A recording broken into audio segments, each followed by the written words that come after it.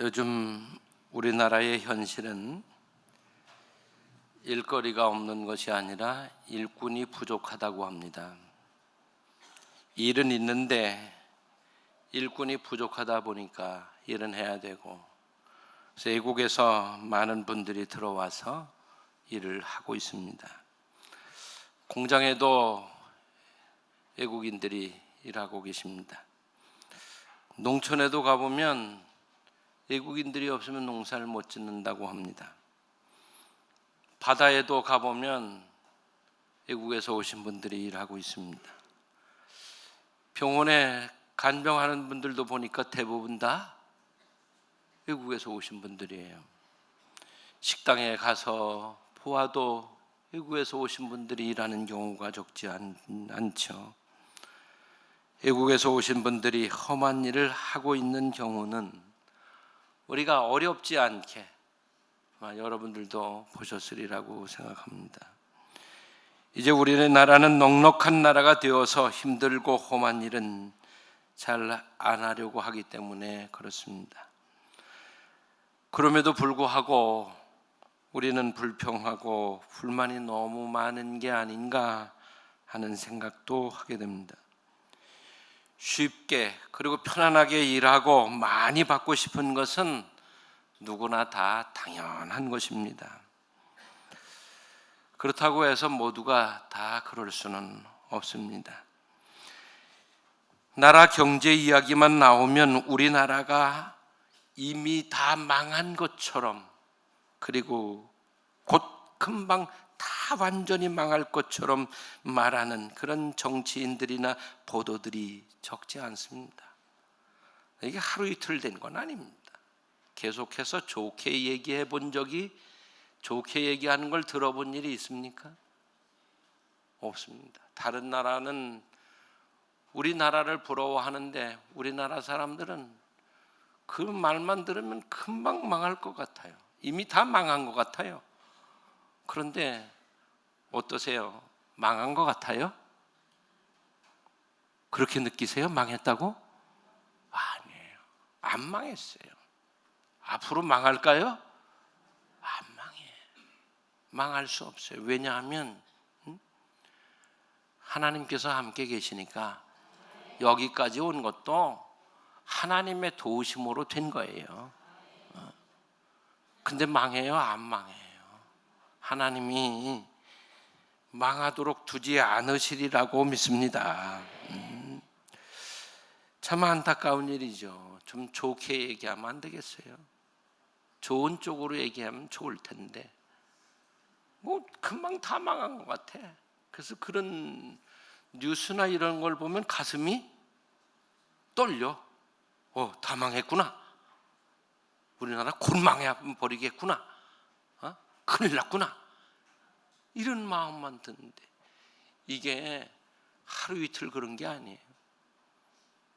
제가 어려서부터 듣던 얘기가 뭐 잘 된다는 얘기가 아니라 잘 안 된다는 이야기만 듣고 자란 것 같아요. 좀 잘 된다, 잘 될 거야 그러고 살아야지. 그래야지 잘 되는 거지. 뭐 어려움들이야 분명 있죠. 여러 가지 내적인 어려움, 내적인 어려움들 다 있지만 그럼에도 불구하고 우리가 긍정적으로 생각하고 그리고 그 길을 찾아 나가고 힘을 합해서 해결해 나가고 그러면 되는 겁니다. 그럴 때 하나님께서 도우시는 거지. 맨날 앉아서 불평이나 하고 원망이나 하고 다른 사람들한테 책임 전가나 하고 자기가 하면 엄청 잘할 것처럼 그러고 이렇게 해서는 어렵죠. 선교지에 나가보면 저절로 은혜가 됩니다. 그냥 왔다 갔다만 해도 은혜가 돼요. 왜 그러냐 하면 우리가 얼마나 축복받은 백성인지를 알게 되기 때문입니다. 우리나라는요, 경제 규모가 세계에서 13번째 되는 나라예요. 세계 나라가 몇 개나 된다고 그래요? 200개가 넘는 데잖아요. 그 중에서 13등 하는 나라야. 여러분, 우리가 대한민국 사람이라는 걸 자랑스럽게 생각해야 합니다. 유럽 사람들도 부러워하기 시작했습니다. 그래서 외국에서 한국어 학과, 그 대학에서 한국어 학과가 있는데 그 학과들의 인기가 굉장히 높아졌다고 그래요. 왜요? 그들은 한국을 바라보면서 부럽기 때문에 그걸 배우려고 그러는 거예요.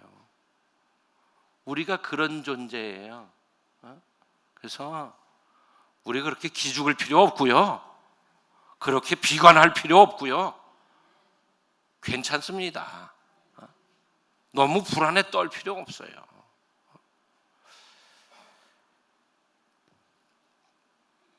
우리가 경제가 얼마나 잘 풀리고 얼마나 많이 벌어야 이제 됐다, 만족스럽다 그럴까요?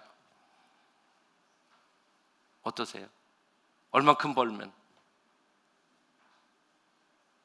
나는 더 이상 바랄 게 없다, 만족스럽다, 우리가 그렇게 말할까요? 이 나라 잘 돌아간다, 그렇게 말할까요? 얼만큼 잘 돌아가면? 그런 날이 올까요? 글쎄, 사람들이 그렇게 말하는 날은 오지 않을 것 같아요. 왜? 좋은 걸 좋은 건 줄 모르니까, 은혜를 은혜로 모르니까, 우리가 얼마나 많은 것을 누리고 복되게 사는지를 모르니까.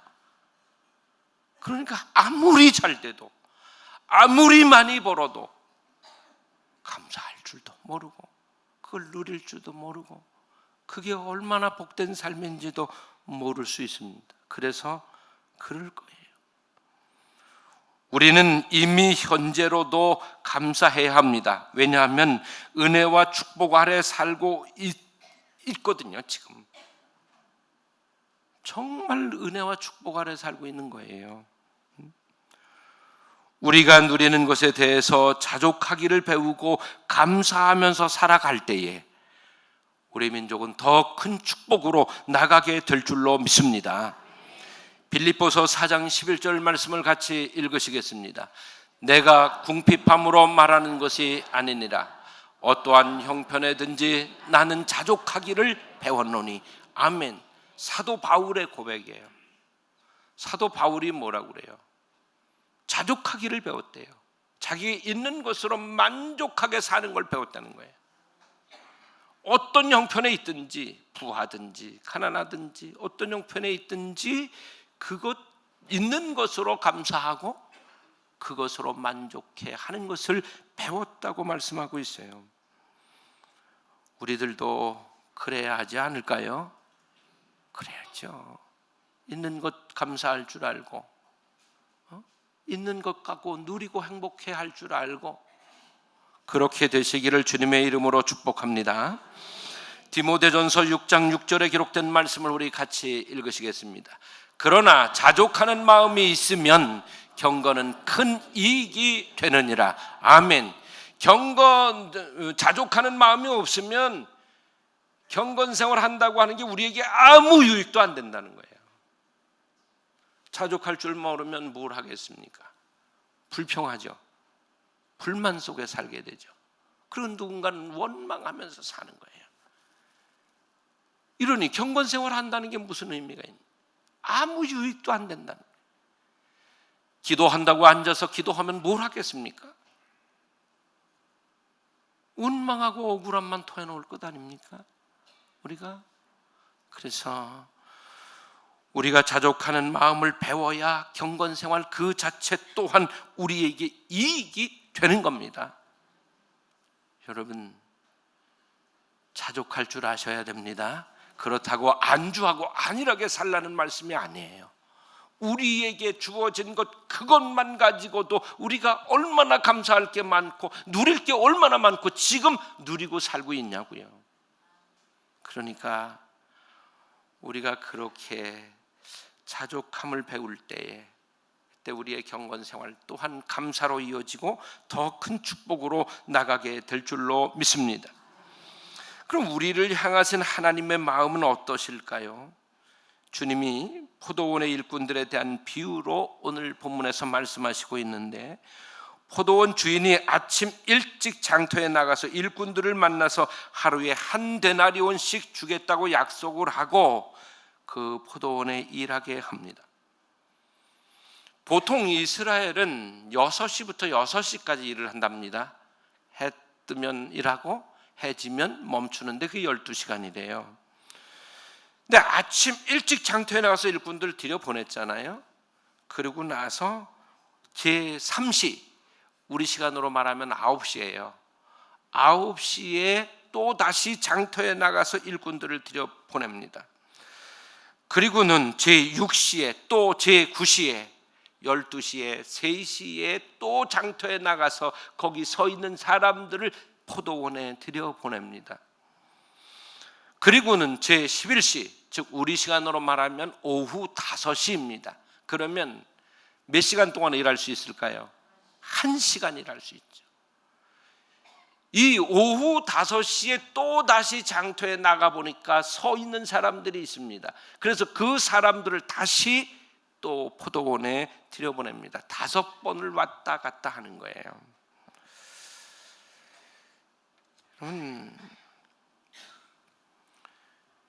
예수님께서 포도원 주인이 이렇게 묻죠. 왜 여기 종일 서 있냐? 왜 종일 여기 이렇게 서 있냐? 사람들이 얘기합니다. 우리를 품꾼으로 써주는 사람이 하나도 없습니다. 그래서 우리가 하루 종일 누군가 써주기를 기대하면서 여기 기다리고 있는 것입니다. 이렇게 대답하죠. 이분들이 어땠을까요? 하루 종일 아침 일찍 6시 전에 나와서 누군가 일할 곳에 데려가기를 소망하면서 거기에 있었을 것이에요. 근데 해는 넘어가죠. 일 끝날 시간이 다 되오는데 그때까지 거기 기다리고 있으니 이 사람들 마음이 얼마나 초조했을까요? 이 당시에 이스라엘 경제는 좋지 않았어요. 로마가 지배하면서 엄청난 수탈을 했기 때문에 이스라엘 경제가 좋지 않았어요. 그래서 일하려는 사람들이 많았어요. 우리 인력 사무실 앞에 새벽부터 많은 분들이 모여서 계시다가 선택받지 못하면 그냥 집으로 돌아가는 현실과 똑같은 그런 현실이기도 했었어요. 얼마나 속상할까요? 어쩌면 그분이 일을 해야 그 가족들이 먹고 살 수 있을 텐데 오늘도 또 공치면 어떻게 합니까? 그냥 그들이 그곳을 떠나지 못하고 거기에 그냥 하루 종일 기다리고 있는 거예요. 근데 이제 5시까지 됐으니까 얼마나 초조하고 불안하고 얼마나 절망적인 상황이었겠습니까? 그런데 이 포도원 주인이 와서 내 포도원에 가서 일하라는 거예요.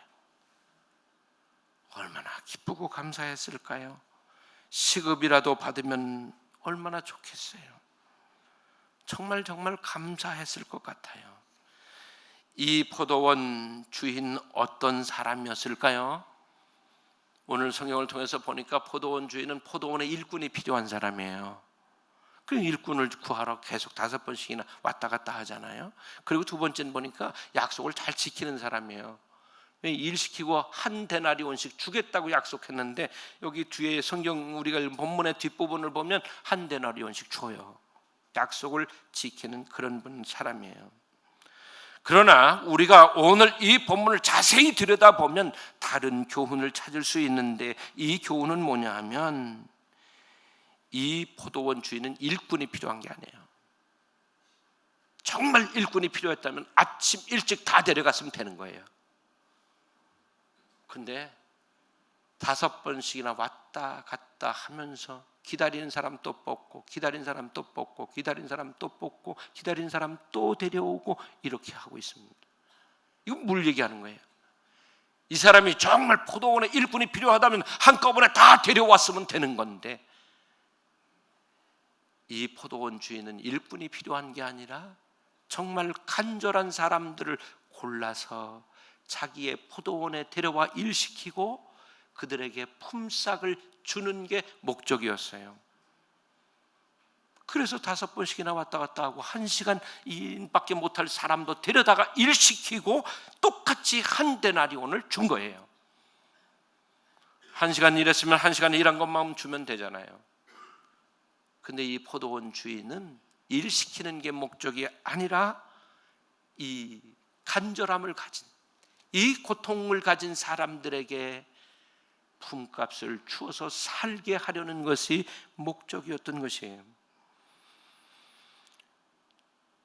여러분, 사업하는 분들 세상적인 논리로 보면 말도 안 되는 소리예요. 말이 안 되는 얘기예요. 근데 이 포도원 주인은 그렇게 하고 있는 겁니다. 이 포도원 비유에서 주인이 누구일까요?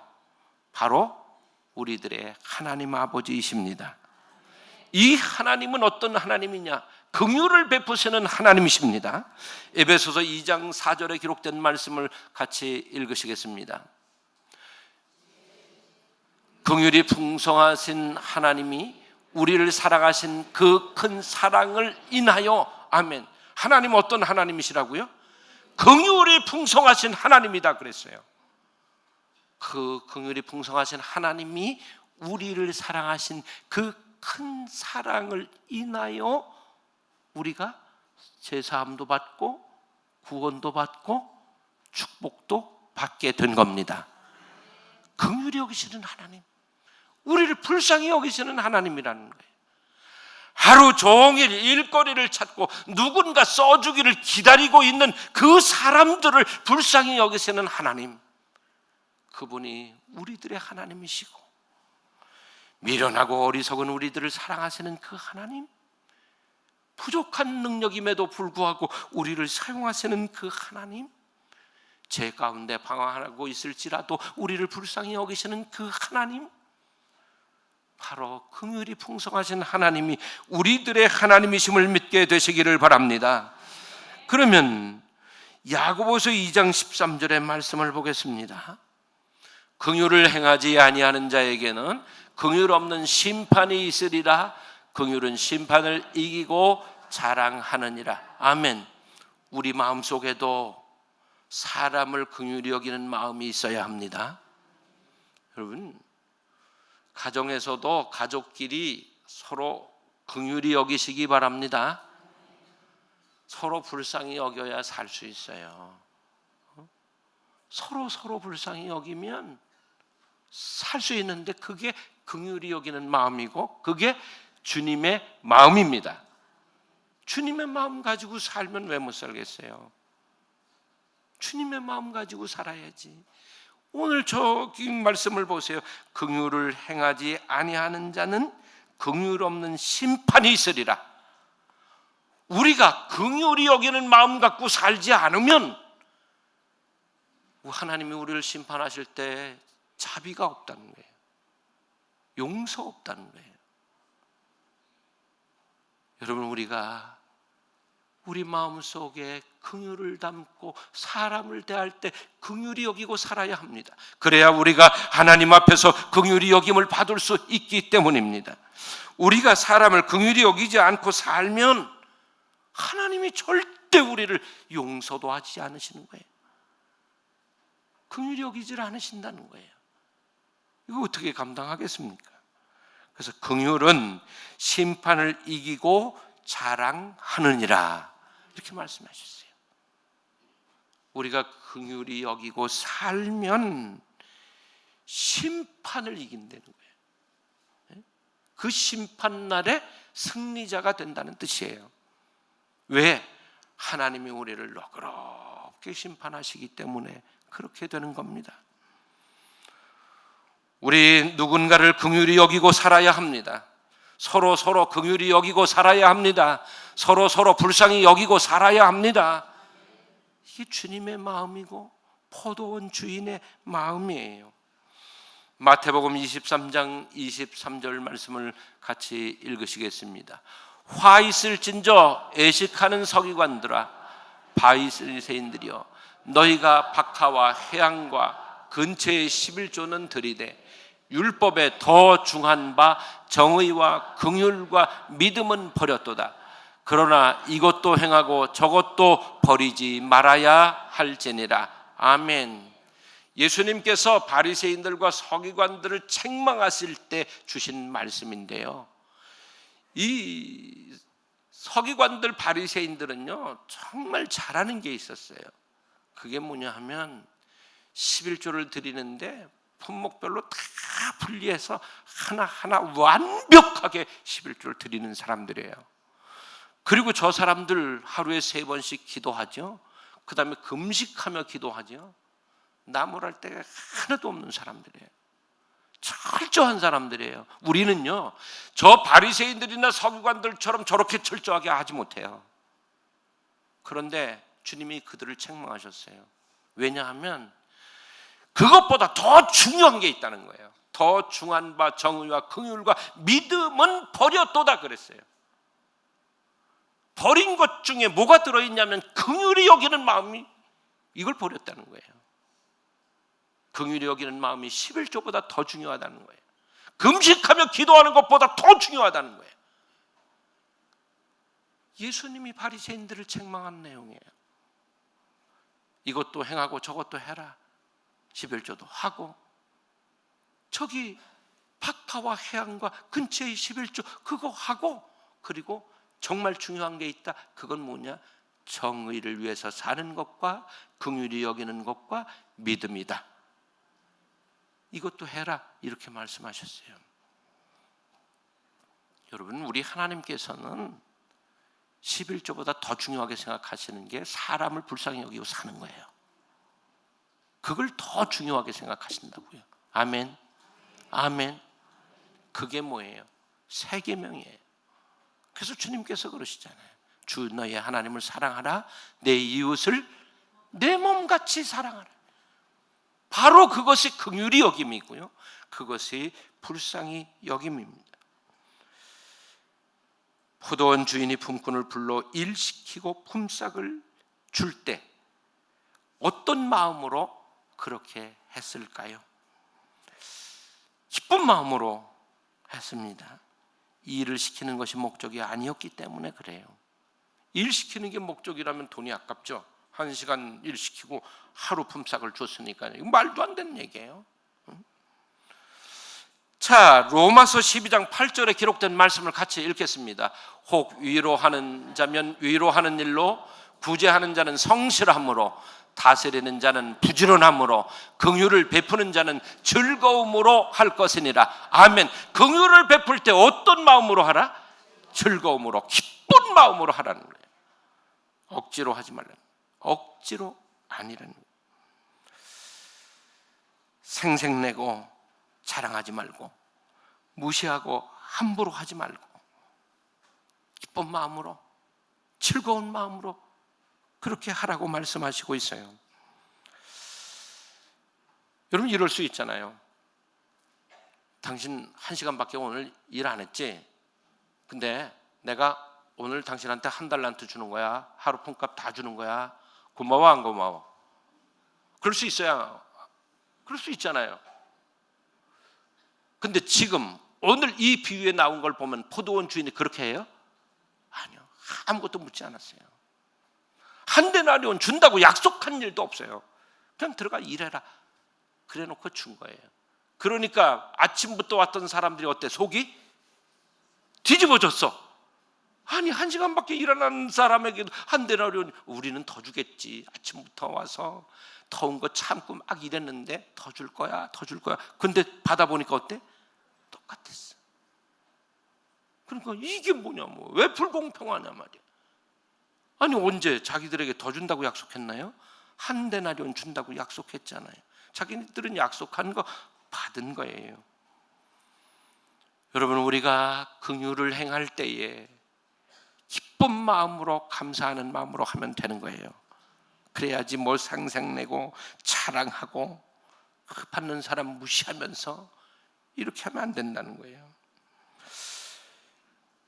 주님께 받은 그 긍휼의 마음으로 서로 기쁘게 긍휼히 여기면서 우리가 살아야 할 줄로 믿습니다. 그러면 하나님께서는 긍휼을 행하면서 사는 사람들에게 어떻게 하실까요? 말씀을 통해서 보겠습니다. 마태복음 5장 7절에 기록된 말씀입니다. 긍휼히 여기는 자는 복이 있나니 그들이 긍휼히 여김을 받을 것이며. 아멘. 산상수훈에 나오는 8복 중에 하나예요.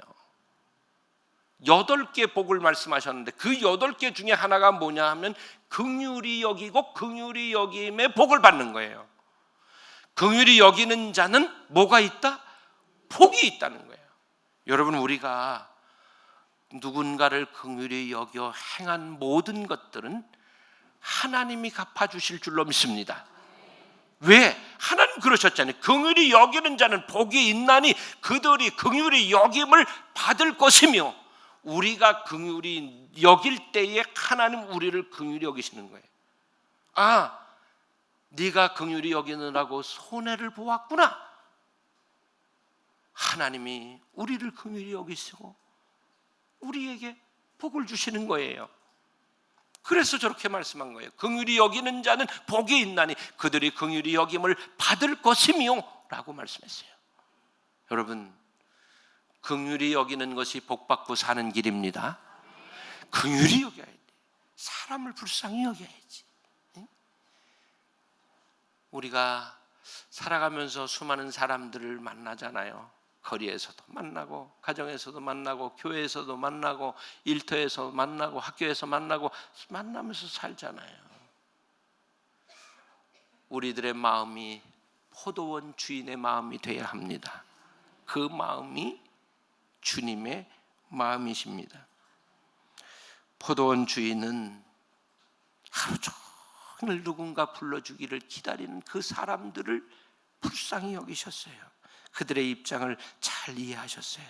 그들에게 일할 기회를 주고 그들에게 품삯을 챙겨주셨던 거예요. 우리가 사람을 대할 때에 주님의 마음, 즉 긍휼히 여기는 마음을 가지고 대하며 살아야 하겠습니다. 나 때문에 누군가가 밥을 먹고, 나 때문에 누군가 돈을 벌고, 나 때문에 누군가 위로를 받고, 나 때문에 누군가 구원을 받고, 나 때문에 누군가 기뻐져야지. 그래야 참 그리스도인 아니겠습니까? 그것이 주님의 뜻이죠. 우리가 냉정하게 이를 데 없이 그렇게 하면서 교회 가자, 예수 믿어라 되겠습니까? 안 되죠. 긍휼히 여기고 그를 돕고 위로하고 그를 먹이고, 그러면 그게 곧 전도요 선교입니다. 우리가 띠를 두르고 큰 소리로 사람들 모이는 곳에 나가서 예수 믿고 구원받으라고 하는 거 보통 용기 아니에요. 잘하는 거예요. 그러나 그보다 더 중요한 것이 있다. 그게 뭐냐? 긍휼히 여기는 거다. 우리의 삶의 자리에서 사람을 긍휼히 여기는 거. 이게 바리새인들이 사람 많이 다니는 곳에서 큰 소리 치며 손 들고 폼 잡고 기도하는 것보다 더 중요하다고 말씀하셨잖아요. 그것보다 더 중요한 것은 긍휼히 여기는 겁니다. 그것이 포도원 주인의 마음인데 우리가 그렇게 해야겠습니다. 그렇게 하고 하나님이 주시는 긍휼의 축복을 받고 사실 수 있게 되기를 주님의 이름으로 축원합니다.